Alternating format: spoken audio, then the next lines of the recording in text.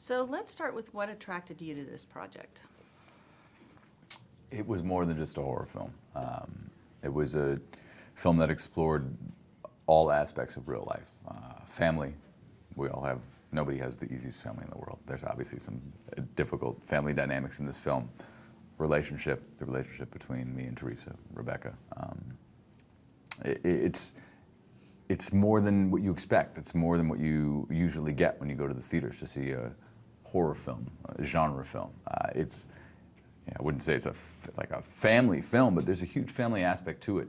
And so there's so much of it that is real life. It's real. It's what we deal with. And there's just a little extra something in there, which is what scares us throughout the film. But it more or less explores things that we all explore on a regular basis. It's not going to be, if we were to leave Diana out, this would probably be like some really emotional Sundance film, But we put Diana in and it ends up being a summertime movie, Now, are you a fan of the horror genre overall? Yeah, very much so. I love the horror genre. I love being scared. And why do you think that this is really kind of a universal, it's really going to appeal to a lot of people? Why is it that they're going to relate so much to this particular? Well, I think you know why. I don't know about you, but I've been afraid of the dark since I'm a kid. I'm still afraid of the dark. Everybody's afraid of the dark, but this is more than just being afraid of the dark. The thing about this, which I've experienced many times in my life and still do, is you're an actor. We're always going to hotels and stuff like this, and you don't know what's in the room. And sometimes when you shut the light out, you don't realize what looks like a person is probably just the curtain or a lampshade in a new place you've never been.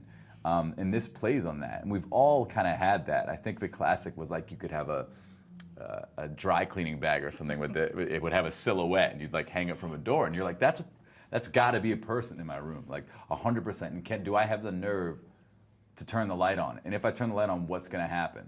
And luckily in this one, when you turn the light out, it goes away.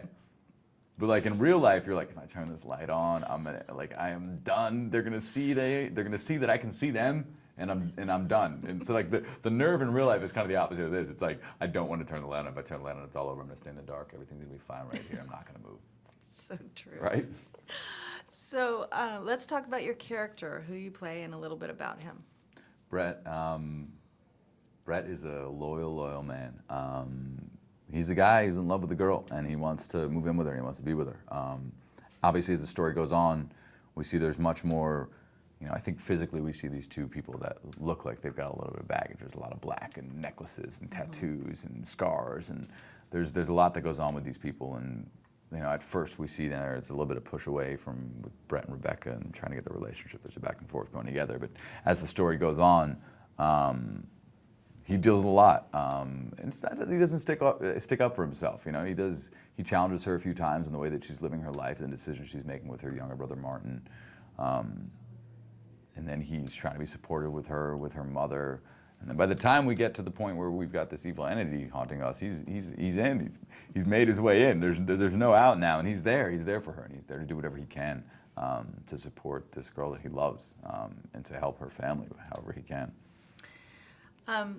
The casting is really good in this film, I think, and you have a very good chemistry with Teresa on screen. How was that? How it was from the beginning? I mean, to talk about working with her a little bit. We have a lot of mutual friends throughout the years. We've met once or twice, not good friends by any means, but we became very good friends on set. We became close to each other, and all of our time we spent time together. I spent time with her and her son, and we just got to know each other, which made filming these scenes much more real and much more authentic. You get to know somebody, they open up to you, we opened up to each other, we got to know what went on in each other's personal lives.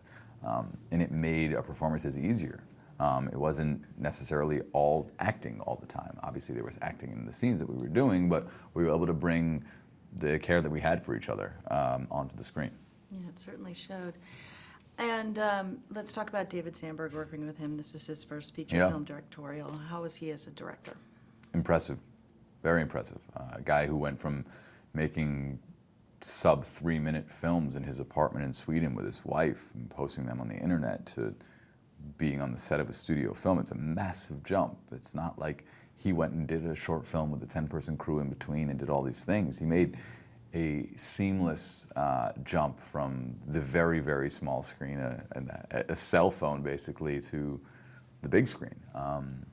and it was great. It was a lot of exploring things for the first time, and it was a lot of exploring. But he had a wonderful crew. We had a wonderful crew. Everybody involved, from our set designer to our DP, everybody was great, and I think they all worked together to put this product together. And David just was along for the ride, and he did his thing. You know, it was awesome. Really It was good. awesome. And you have James Swan attached to this, so was he on set sort of guiding it all? No, or- never heard of him. No. There was a nice back and forth with David and James in figuring out how to make some things scarier, and you know, there was a lot of. Back to David, there was a bit of. I think Teresa and I would butt heads a little bit with David sometimes, being like, why is he making a joke here? We don't get it. But then when we see the finished product, we see how well it works to have these lighthearted moments. And then a second later, the bejesus is scared out of you. You're done. You're done. And that's why the lighthearted moments work. And so he'd do those. James would come in and help with the big scares that work together, and we'd create something pretty special. Yeah, it was a great balance. And lastly, what can audiences expect out of this film?